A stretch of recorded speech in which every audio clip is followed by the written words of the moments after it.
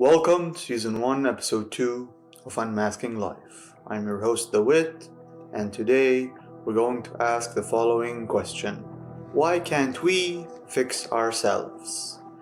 Let's face together the plainly hidden yet the clearly obvious situation.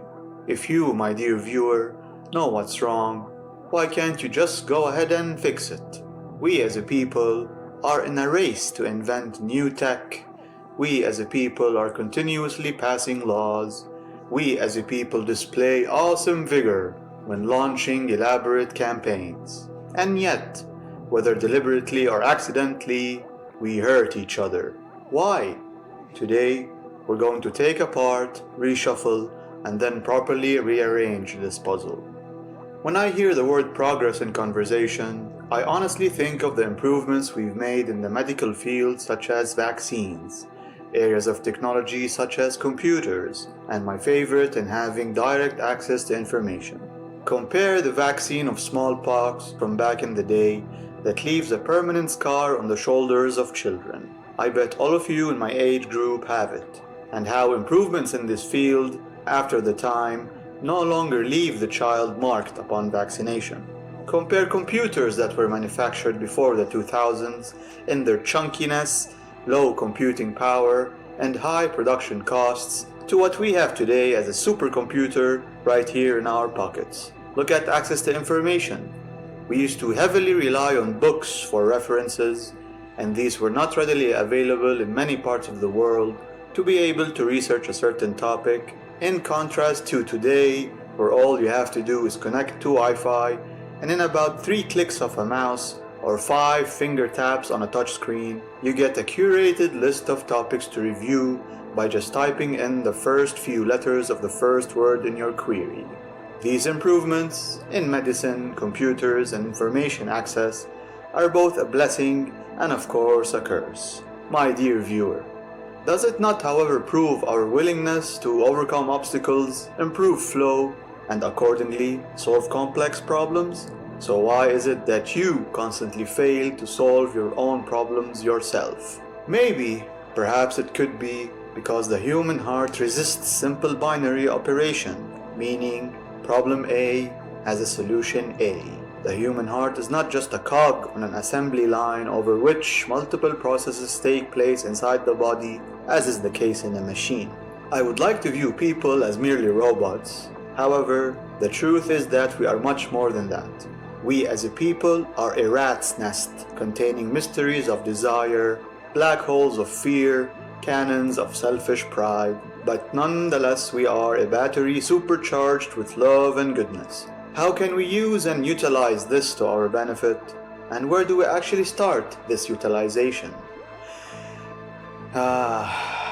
Okay. Have you ever promised yourself and said with your inner voice, I will never ever do that again to myself?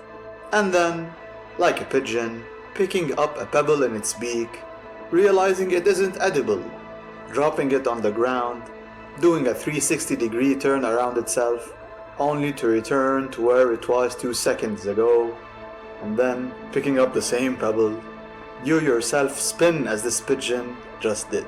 What you promised yourself not to ever do again, you end up doing that very thing to yourself sometime later. But that's okay, my dear viewer, because you can rest assured that everybody you know has done so as well, and you are not alone. So where is this sensor that sounds the alarm in us to stop us from doing what we promised not to repeat?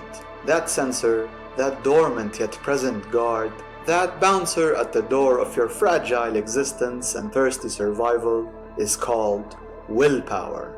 Your willpower shall renovate you into a better version of yourself, and that better version of yourself is what the world wants, it's what your family needs. However, it's not always what your friends, any of your social acquaintances, sometimes not even your life partners or spouses wish for. We as a people sadly treat transformation like a gym membership. We are conditioned to think that the more physical effort we put into action, the outcome is more discipline. But here's the catch. Your willpower, on its own, can neither restrain behaviors, nor can it solely heal motives. Observe the following. You can force yourself to be polite to others, and yet be sinfully proud. You can give generously to others and still crave applause. That means a change at the surface isn't the same as the change at the core. Dig within, isolate impurities, reach deeper to locate your willpower.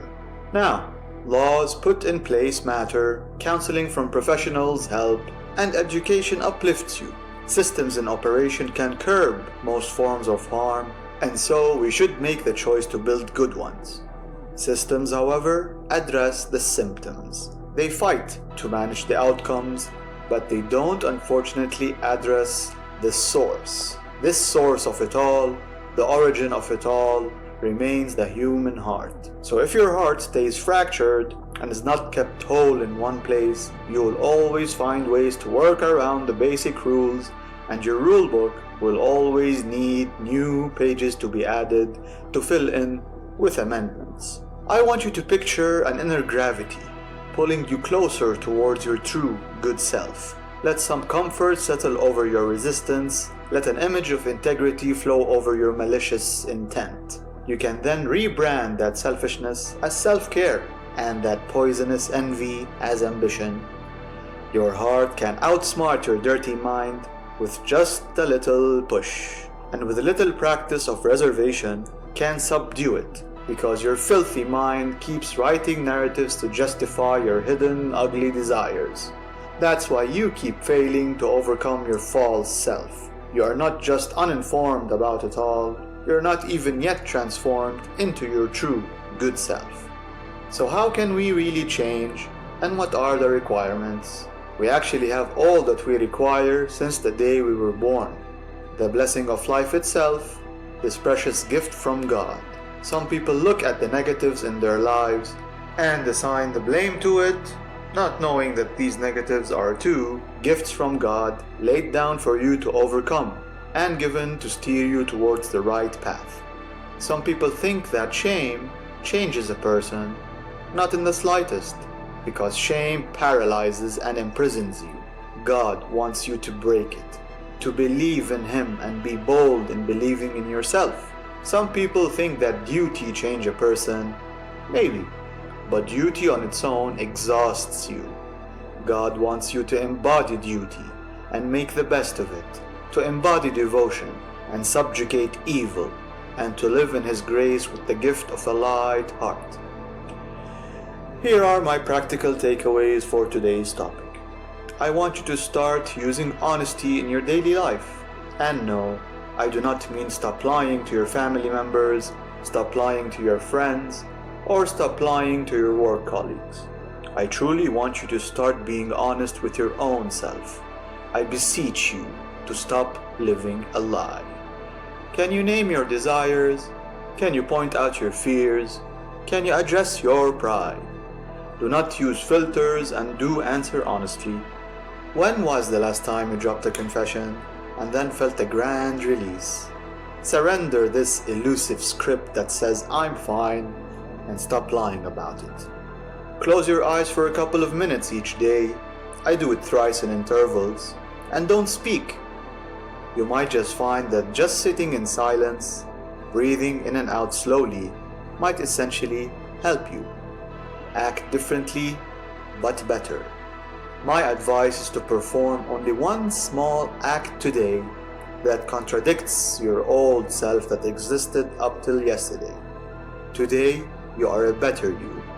Take small steps, celebrate small wins, and you can eventually become your best self. Lastly, we can restrain ourselves from bad behaviors, but we can't renew ourselves alone without the magic of having willpower. Know that this power within your will has both your honest self and also God's grace right here in your heart. So which patterns have you been repeating? Stop being a pigeon because you're a human being. Reflect upon it and leave a comment below. Have somebody in your life who is lost and is trying to be found? Share this episode with them, and hopefully you and I both can highlight their shortcomings, introduce them to willpower, and help navigate them into a positive change. I'm your host, The Wit, and Godspeed.